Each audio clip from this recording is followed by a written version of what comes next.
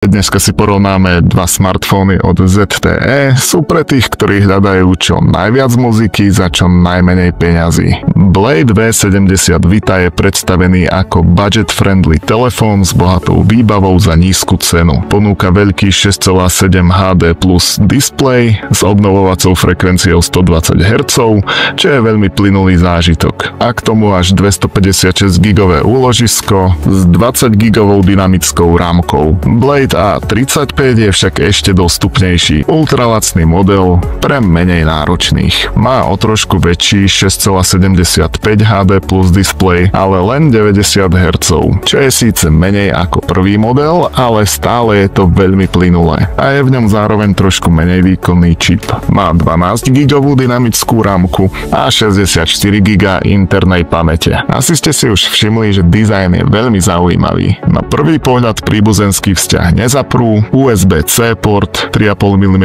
jack na slúchadlá, slot na SIM kartu a takéto kontrastne červené power button. Na A35 dokonca ladí s červenými kružnicami okolo šošoviek fotosústavy. No a okrem príjemnej zelenej je A35 dostupná aj v čiernej farbe. Oranžová V70 má na zadnej strane umelú kožu, takisto ako aj zelená verzia, no a čierna a ružová verzia majú na zadnej strane sklo. Na prednej strane však tiež majú takú dizajnovo praktickú vychytávku. Selfie kamera sa opticky dokáže roztiahnuť na magický ostrovček, ktorý v reálnom čase ukazuje chod rôznych aplikácií. Z užívateľského hľadiska sa jedná o veľmi príjemnú a elegantnú feature, ktorú len tak na hociakom smartfóne nenájdeš. Oba mobily bežia samozrejme na Androide, majú dual SIM a odomkneš ich pomocou tváre. No a keď chceš, tak samozrejme aj pomocou kódu. Každopádne pri výbere zohrá pravdepodobne rolu to, či potrebuješ výkon a fotoaparáty,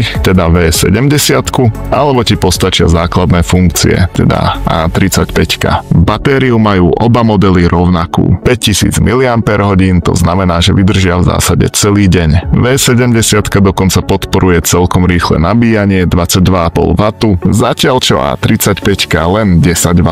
Najväčší rozdiel je asi vo fotosústave. V70 má vzadu trojitý fotoaparát s hlavným 50 megapixelovým senzorom a umelou inteligenciou pre vylepšenie obrazu. Selfie kamera má 16 megapixelov, takže svojich followerov na storkách nesklameš. No a vďaka vstavaným funkciám sú fotky z prednej aj zadnej kamery za dobrého svetla, ostré síte a určite celkom dobre použiteľné. S A35 používaš jednoduchý 8 megapixelový zadný fotoaparát a 5 megapixelový predný. Pri ideálnom svetle však urobí solidné snímky, ale v horších svetelných podmienkach kvalita samozrejme klesá. No a pri úprave fotiek môžeš vďaka umelej inteligencii použiť magickú gumu, ktorá z fotky odstráni nežiadúci objekt. Výkonovo je V70 samozrejme lepšia, má výkonnejší procesor, čo sa prejaví svižnejším behom aplikácií a lepším zážitkom z hier. Na A35 však zvládneš bez problémov prezerať web alebo Instagram, ale pri náročnejších hrách alebo pri multitaskingu sa trošku zapotí. Čiže tá rýchlosť asi nebude úplne 100% presvedčivá. V praxi to znamená, ak potrebuješ telefón hlavne na volanie, správy, chatovanie či písanie poznámok do školy, A35